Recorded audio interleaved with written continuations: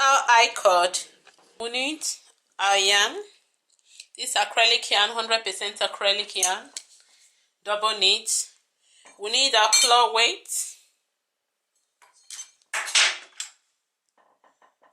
Our transfer tool. And our carriage. First, our carriage and the knitting machine. Sorry.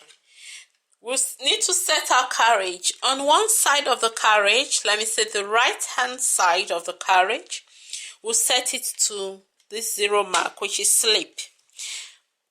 And the other one will be on 2 because we don't want any needles on hold position. So this lever will be on 2 and that's on the right side of the carriage. The first lever will be on 2 and the second lever is going to be on the circle mark. But on the left hand side, the lever is going to be on 2 and the other lever is going to be on the triangle mark. So the circle mark is set to slip, but it's going to be on only one side of the carriage. Let's start use 5. I think there's a limit to the numbers of stitches needles you can use for this I-chord. The limits you can go, but just play around. I'm using tension 3 on my stitch die. My stitch die tension 3. So before we start, I just want to focus on the needle bed. We'll push the needles to, I'm just pushing them to C position, upper working position. I want to focus on them, sorry.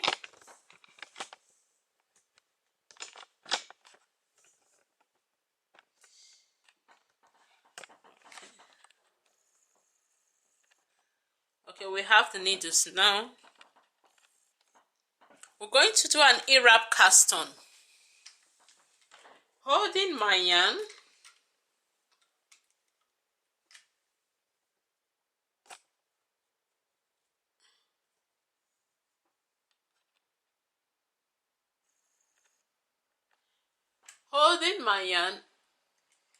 the hook needs to be opened. Okay. The latch needs to be opened. Latch of each needle, sorry. Okay, so holding my yarn, you can see the tail of yarn. Okay, so holding my yarn, I'm going to cut from the inside, you know, like a small E, as if you're writing a small E. That's the E-wrap cast on. That's how we're going to hang it. So I'll just go, oh, I covered it, sorry. Okay, just like an E-wrap cast on. You see, it's as if you were writing an E. Okay, we don't want it to be too tight, so you just do the same. Don't know if you're seeing it. E-wrap. I'll try and do it again for those of you that didn't see it. E-wrap. It gives a close edge finish, so we don't want it to be tight. So that's how we're going to start our I-chord. I'll just do it again.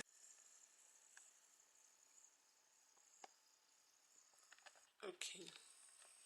We want to make an E-wrap cast on. We've pushed our needles to C position. And you can see the tail of my yarn down. And I'll make the E-wrap cast on. You just wind it from inside out. Then we'll take it from the inside of the second one out, forming like as if you're writing a small letter E. You can see the loop forming. Okay, you can see the loop forming. So that's what we want. Oh, this one is out of the loop, but don't worry, it will still knit. Okay, even if it's off the loop. You can see the E from, you have to hold this one first. And as you know, once the left hand side of our carriage, which I want to show you again,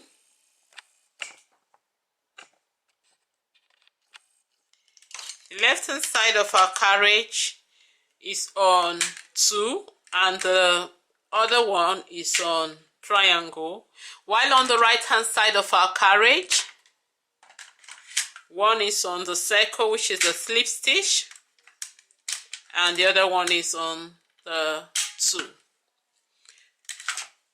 I-chord, you knit and you slip, you knit and you slip on the knitting machine. That's, you knit one row, you slip the other row. So now we're going to knit one row from right to left. You know the slip side is our right side. So knit one row from right to left. And then I'm going to hang my claw weight.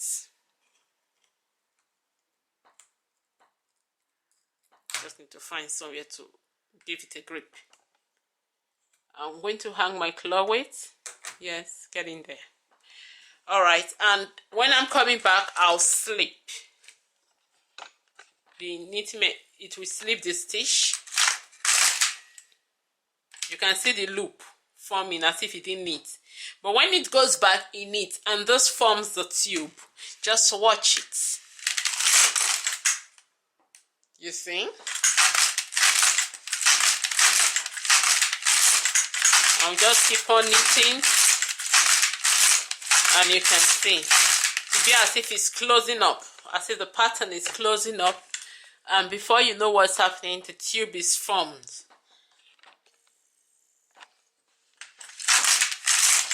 So remember, your right hand side of the carriage is slip, the left hand side is on knit. So we keep on until you've gotten to the required numbers of row or length of you need your I-chord to be. It depends, sometimes, depends if I'm making a flower, I knit up to 180 or to 300 rows. But if I'm using it as a belt, depends on the size of the person. Can knit up to even 400 to 500 rows. So let's take a look at the I-chord that I've knitted now. Let's go back a little and let's see our I-chord. You can see how fast we've gone. You can see how long it is now. Okay. So just continue in that manner until you've gotten to your required numbers of rows or the length of the I-chord. And let me say it's time for me to remove it. What I normally do is I'll just knit one row. Everyone they have their different techniques. We need to zoom in closer.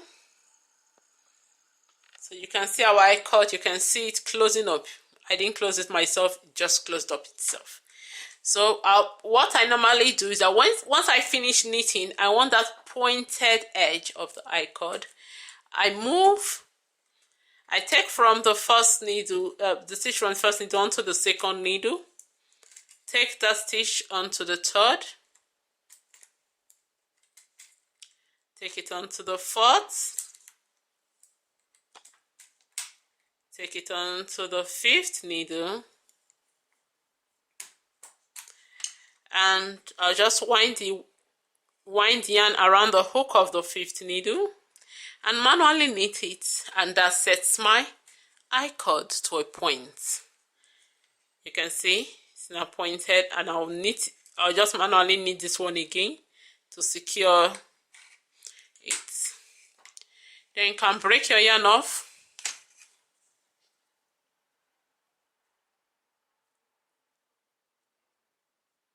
And I just in that loop, I'll pull the yarn through the loop to set the stitch.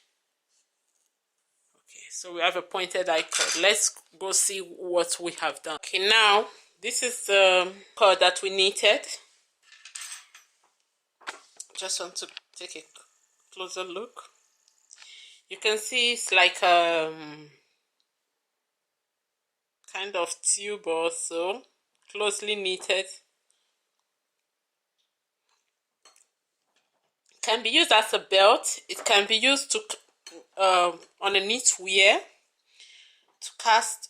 You can cast on. You can pick with your tape, your transfer tool. You can pick and hang it. It can form a very nice edge at around on a blanket, and so on. It can also be used as a first cable. As you knit, you can just hang it. They have different stitches. You can use it, fold it, and it becomes flower. You can use it as a flower when you fold it. I'll show you one I knitted previously. But before I show you that one, let's work on this one first. You remove our cast on our claw weight. I can see a loop here, so what I'll do is to pull the yarn. You can use crochet hook, but if you don't have a crochet hook, you can use your tapestry needle. Put your yarn through it, like fox shit or fox shit. I don't know how they call it. All right. It's a new way of using. I've seen this transfer tool being used as a crochet. They say it's fox shit or so. I don't know how they pronounce it. Right. Okay. But it's a tool like this that they use for the kind of, you put your yarn through the loop. But so if you notice, this is a loop, and we're going to put our yarn. Sorry, it's like a tube. We'll put our transfer tool through it, and we'll put our yarn through that eyelet there and pull it through. That's how we secure our yarn.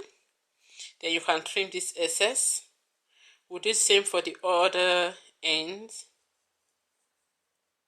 and we have our I-chord. You can make it any length you desire. It's your choice. It can be used as belts. You can just tie it, act as a drawstring. And here is sorry, I want to show you something. Okay, here is one I knitted. I did this one 450. Is it? No, 500 rows, sorry. And it gave me this very long I-chord. And you can see this crochet Irish rose. I threaded my I-chord through it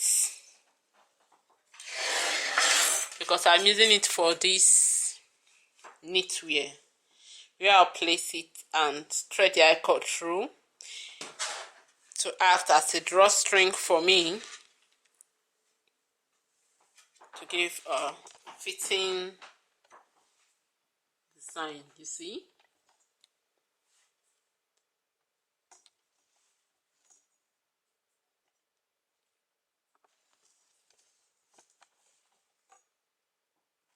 So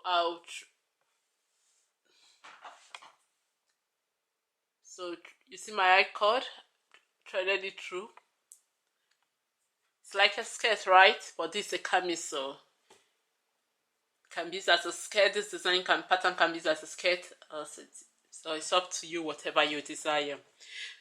You can knit with your I-chord. You can make blankets. You can use it for the edge of your blankets or whatever knitwear. And when it gets to the end of the blanket, you can not make it not by the time it goes around the blanket as you knit, you attach it. I think we should do a demo on that, but not now. Not now. We have a lot to do. So, oh, that's little. then you can knit a bow. You can just tie it at the end of the blanket. By the time you finish going round the edge of the blanket with your I-cord, while you're knitting, you hang it first before you start knitting.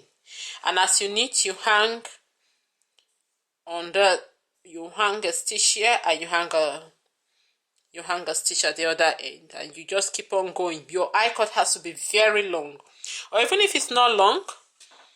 Another thing is that instead of casting off your I-cord, you can get those loops there. And if you have an extra, like when I extended my knitting machine, I have this extra one very small portable one needle bed that I got from the knitting machine. You can remove your carriage, and just when you find that it's not enough, you can use it to continue. That's if you have that one, instead of when you are knitting a blanket and you're using all the needles on your needle bed, then you can just take this, knit it on that one as you are while it's still knitting on the knitting machine. You are knitting your blanket. I don't know if you understand what I'm saying. So you can use your I-cord as desired. It's up to you. You can bend them. If you make it very long, you can bend it and it will form a flower. You can use it even to form motifs on your knitwear, and you stitch it to it can be a cushion cover, you can use to form motifs. You can use it as desired. It is your I-cord. Play with it. The one you can use it as fox cable. As you're knitting, you put it to run, or you finish knitting, you can just stitch it to the knitwear. Don't stretch it, just stitch it to the knitwear like that. Can act as fox cable. You can use it as, they are decorative. So I think we should do something on I-cord. Don't worry, we'll put that in future demonstration. Okay, so have fun. Until then, happy machine knitting.